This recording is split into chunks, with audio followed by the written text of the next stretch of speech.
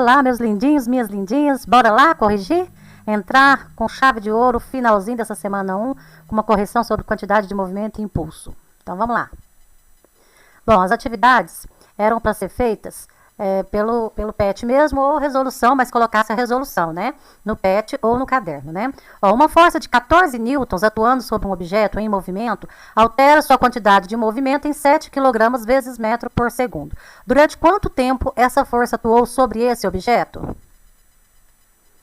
Bom, isso aqui é a resolução. Se a força é de 14 newton, a quantidade de movimento é 7 kg vezes metro por segundo, lembrar pela segunda lei de Newton que força é massa vezes aceleração. A aceleração é variação de velocidade por variação de tempo. Esse tempo está dividindo, passa para lá multiplicando.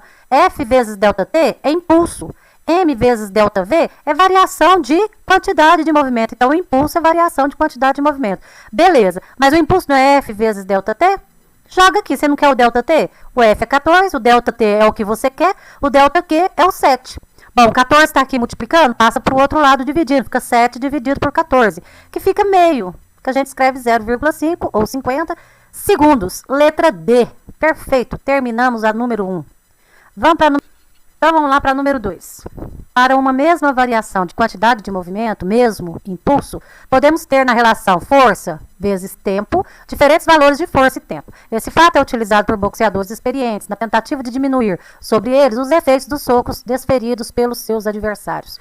Um boxeador experiente é capaz de recuar e escapar, ou amenizar os efeitos de alguns golpes. Vamos considerar uma situação em que é desferido um soco sobre um boxeador. O soco pode ser interpretado como uma força, ou força média, F, atuando sobre alguma parte do corpo do boxeador, a cabeça, por exemplo, durante algum tempo T. Seja F, 1.500 newton, T, 0,08 segundos, F vezes T vai dar o impulso, que é 120 newtons vezes segundo. O impulso produzido por F vezes T nesse soco. Se o boxeador é inexperiente e move-se na direção do punho do adversário, diminuindo pela metade o tempo de contato entre sua cabeça e o punho, qual seria o valor da força F para que o mesmo impulso seja produzido? Bom, se o impulso é o mesmo, o tempo reduziu para metade, é 0,04, ele quer saber o valor de F. E as perguntas, né? Então vamos lá calcular primeiro o valor de F. Se F é 1.500, o ΔT, o tempo, bom, calculamos, tá? Sabe-se que I de impulso é igual a F de força vezes ΔT. Então, temos que força e tempo são grandezas inversamente proporcionais para o impulso constante. Ou seja, se você abaixa o tempo, o que acontece com a força para manter isso aqui constante? A força aumenta. Se abaixou isso aqui pela metade, para manter isso aqui constante, a força tem que dobrar, tá? Então, a força vai dar o quê? 3.000 newtons. É só você substituir o ΔT aqui, que esse 0,04 passa para cá. Dividindo, 120 dividido por isso aqui, dá 3.000 newtons. Primeira pergunta. Essa foi uma boa escolha de movimento para o boxeador? A resposta é não. Tá? Ao invés dele ir de encontro para o punho, que aí vai diminuir o tempo, ele tem que fazer o quê? Então, descreva uma boa estratégia para o boxeador diminuir a força do golpe do adversário, baseado no princípio do impulso. Bom, o certo seria ele desviar, né, gente? Mas como ele não consegue desviar, ainda mais que ele é inexperiente, se a cabeça do boxeador inexperiente acompanhar no mesmo sentido do golpe, vai aumentar o tempo de contato. Com isso, vai diminuir a força do golpe proporcionalmente. Por exemplo, se esse tempo aqui dobrar, essa força vai diminuir pela metade. E assim por diante, tá? Então, certo é a cabeça dele acompanhar o punho, tá? Beleza, então vamos para o número 3. Com base no gráfico, esse gráfico aqui, o impulso produzido pela força no intervalo de tempo de 0 a 5 é de 325 newton vezes segundo. O valor do impulso é numericamente igual à área da figura delimitada por força vezes tempo. Essa figura aqui, ó, gente, que eu vou mostrar para vocês agora mesmo, aqui é um trapézio que está deitado, tá? Ó, a base maior, a base menor, a altura, tá? Considerando que o objeto de massa 5 kg que sofreu essa variação de impulso estava com velocidade inicial 3 metros por segundo, determine a velocidade final e a aceleração média sofrida após a aplicação da força. Ele fez duas perguntas, então vamos lá. Resposta. Bom, eu fiz numa folha e printei aqui para vocês para ficar mais fácil. Esse é o gráfico.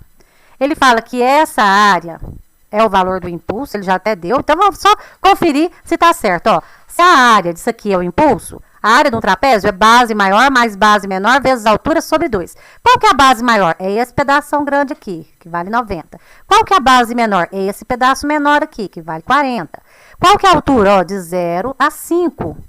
Sobre 2. 90 mais 40, 30. 130 vezes 5, 650. Dividido por 2, 325 newton vezes segundo. Beleza, verdade. Esses aqui foram os dados que ele deu. A massa, 5 kg. Velocidade inicial, 3 metros por segundo. Velocidade final é o que ele quer. E a aceleração é o que ele quer. Você sabe que o impulso é a variação da quantidade de movimento. Então, o impulso é a massa que divide. O que é a variação de velocidade? Velocidade final menos velocidade inicial. Beleza. Quem quer o impulso? Foi dado, 325. Quem quer a massa? 5. Velocidade final é o que você quer. Inicial é 3. Você pega esse 5 que está multiplicando e passa para o lado de cá dividindo. 325 dividido por 5, 65. O 3 está negativo, passa para cá, somando. Então, a velocidade final é 68 metros por segundo.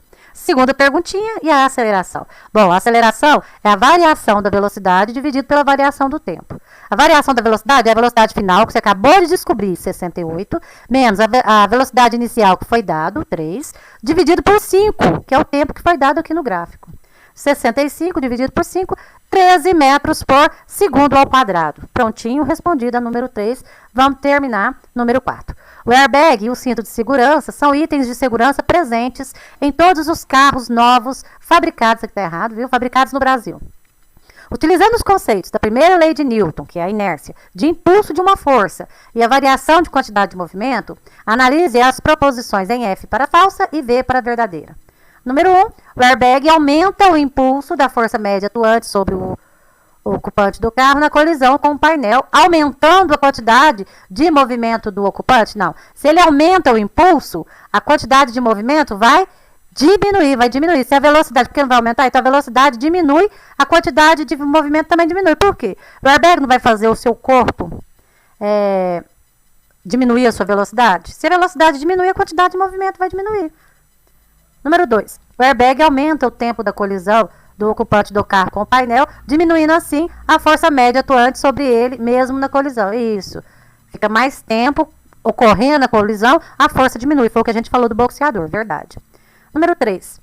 O cinto de segurança impede que o ocupante do carro em uma colisão continue se deslocando com um movimento retilíneo uniforme. Sim, é o caso da inércia, né, gente? Que a gente fala, parou o carro, o corpo continuaria em movimento retilíneo uniforme, mas aí ele para, né, junto. Então, quer dizer, o cinto de segurança impede que aconteça isso. Número 4, o cinto de segurança desacelera o ocupante do carro em uma colisão, aumentando a quantidade de movimento do ocupante. Se desacelera, gente, é porque a velocidade vai diminuir. E se a velocidade diminui, aumenta a quantidade de movimento? Não, diminui, tá? Então essa tá falsa.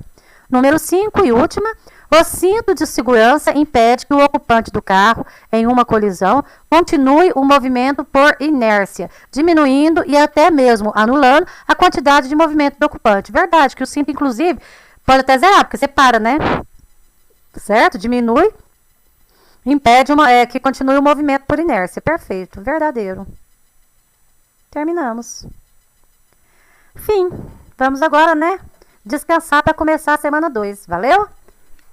Vamos lá, então. Um abraço para vocês. Tchau.